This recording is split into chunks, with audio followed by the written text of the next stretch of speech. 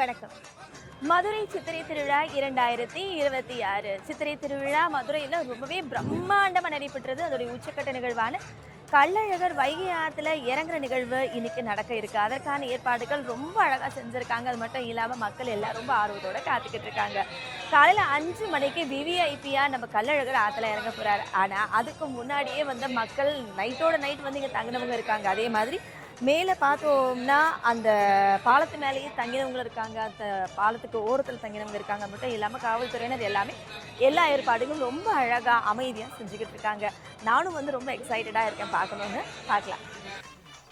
இதுதாங்க வைகை ஆத்துல நம்ம கள்ளழகர் எழுந்துள்ள இருக்கும் மண்டபம். நம்ம அழகருடைய வைபவத்தில் சுவாமியுடைய அலங்காரம் எந்த அளவுக்கு பிரம்மாண்டமாக இருக்குமோ அதே மாதிரி சுவாமி வைக்கிற இடத்துக்கு முன்னாடி இந்த மொத்த அலங்காரத்தையும் ரொம்ப பிரம்மாண்டமாக செஞ்சுருக்காங்க. அதில் பூ செய்வாங்கன்னு நம்ம கேள்விப்பட்டிருக்கோம்.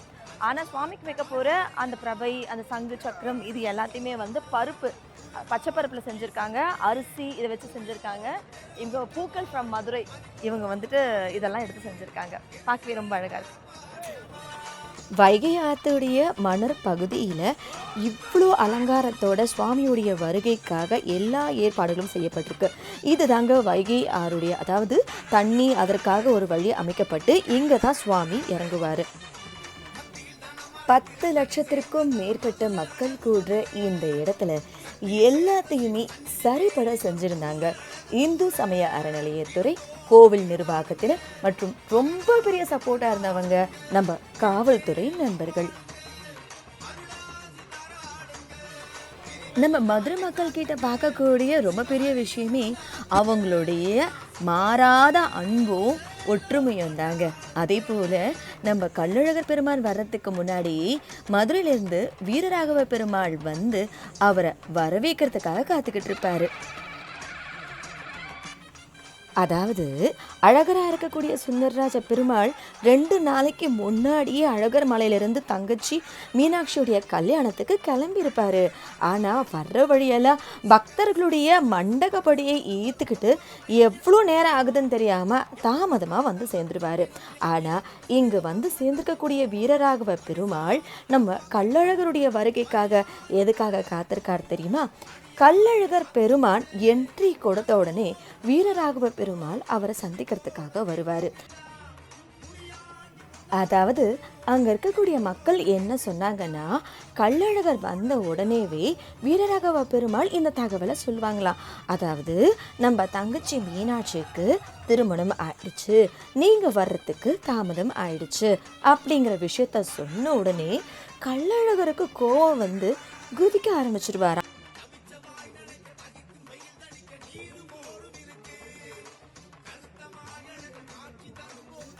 சோமசுந்தரராகிய சுந்தரேஸ்வரருக்கும் தங்கச்சி மீனாட்சிக்கும் திருமணத்தை செஞ்சு வைக்கணும் அப்படிங்கிறதுக்காக தான் நம்ம சுந்தரராஜ பெருமாள் கள்ளழகரா அங்கேருந்து கிளம்பி வந்துட்டு இருப்பாரு.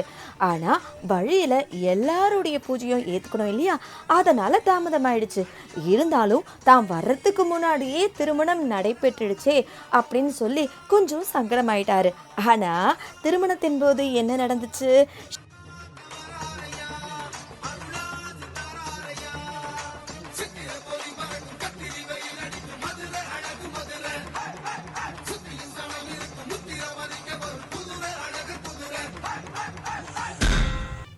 சிவன் வேற விஷ்ணு வேற கிடையாது, 2 பேரும் ஒருவரே என்பதை உலகத்துக்கு உணர்த்துவதற்காக சங்கர நாராயணரா அவதாரம் எடுத்து மீனாட்சி தேவி கல்யாணத்தை நடத்தியிருப்பாரு.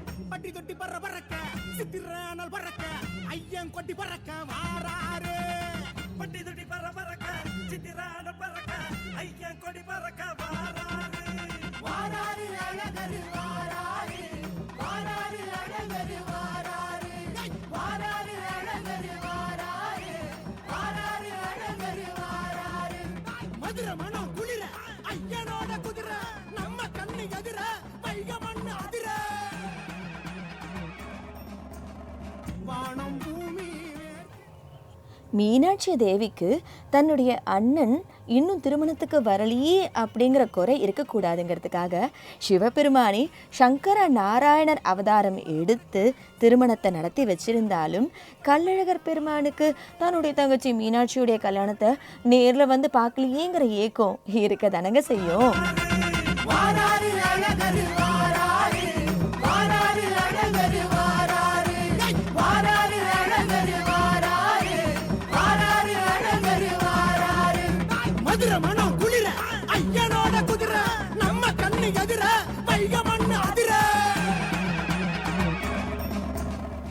மதுரைக்கு வடக்கில் சுமார் 20 கிலோமீட்டர் தொலைவில் அழகர் மலை கம்பீரமாக காட்சி தருதுங்க.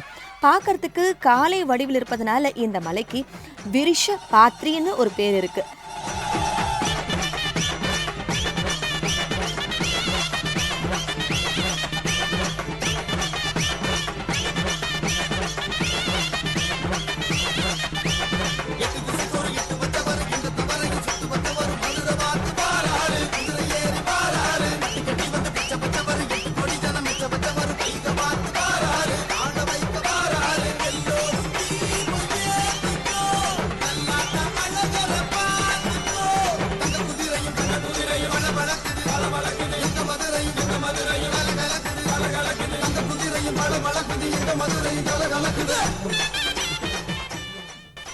எங்கேயுமே இல்லாத சிறப்பா இங்க கள்ளழகராக அவதாரம் எடுத்து எழுந்தருளி இருக்கும் சுந்தரராஜ பெருமாள் சங்கு சக்கரம் வில் வால் கதைன்னு பஞ்சாயுதங்களோடு காட்சி தராரு. அது மட்டும் இல்லைங்க, இங்க மட்டும்தான் பெருமாளுடைய கையில இருக்கிற சக்கரம் புறப்படுறதுக்கு தயாரா இருக்கு.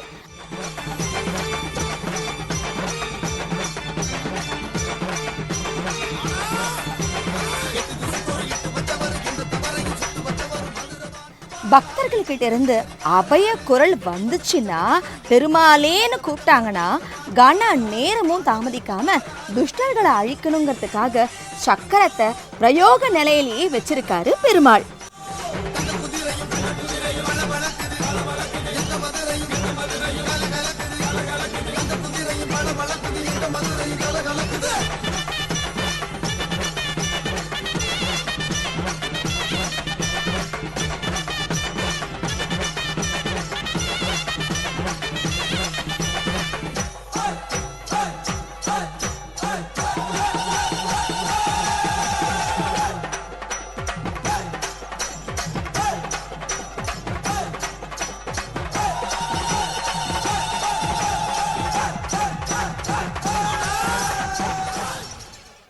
அழகர் ஆத்துல இறங்கிறதுக்கு இன்னொரு காரணமும் இருக்குங்க. சுதபஸ்ங்கிற முனிவர் நூபுர கங்கையில தீர்த்தமாடி பெருமாளை நோக்கி தவம் செஞ்சுக்கிட்டு இருந்தாரு. அந்த சமயத்துல துர்வாச மகரிஷி தன்னுடைய பரிவாரங்களோட அந்த வழியா வந்தாரு. பெருமாளையே நினைச்சுக்கிட்டு இருந்த முனிவர் ரிஷி வந்ததை கவனிக்காமல் இருக்க ஆத்திரமடைந்த துர்வாசர் மண்டுகோ பவ, அதாவது தவளையாக போக கடவாய் அப்படின்னு சாபமிட்டுறாரு. உடனே தவளையாகி போன சுதபஸ் சாப விமோசனத்துக்கு வழி கேட்டபோது வேகவதி தீர்த்தக்கரையில, அதாவது இன்றைய வைகையில நீ தவம் பண்ணிக்கிட்டு சித்ரா பௌர்ணமிக்கு மறுநாள் அழகர் அங்க வந்து உனக்கு சாப விமோசனம் கொடுப்பார் அப்படின்னு சொல்லியிருக்காரு துர்வாசர். அதன்படிதான் வைகை கரையில தவம் பண்ணி கொண்டிருந்த சுதபஸ் முனிவருக்கு விமோசனம் கொடுக்கறதுக்காக அழகர் மதுரைக்கு வந்து போனதா புராணங்கள்லேயும் சொல்லப்படுது.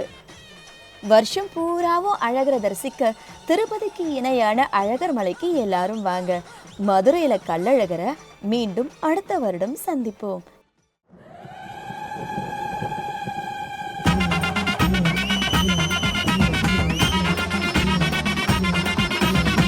பட்டி தொட்டி பற பறக்க சித்திரானல் பறக்க ஐயன் கொட்டி பறக்க வாராரு. பட்டி தொட்டி பற பறக்க சித்திரானல் பறக்க ஐயன் கொடி பறக்க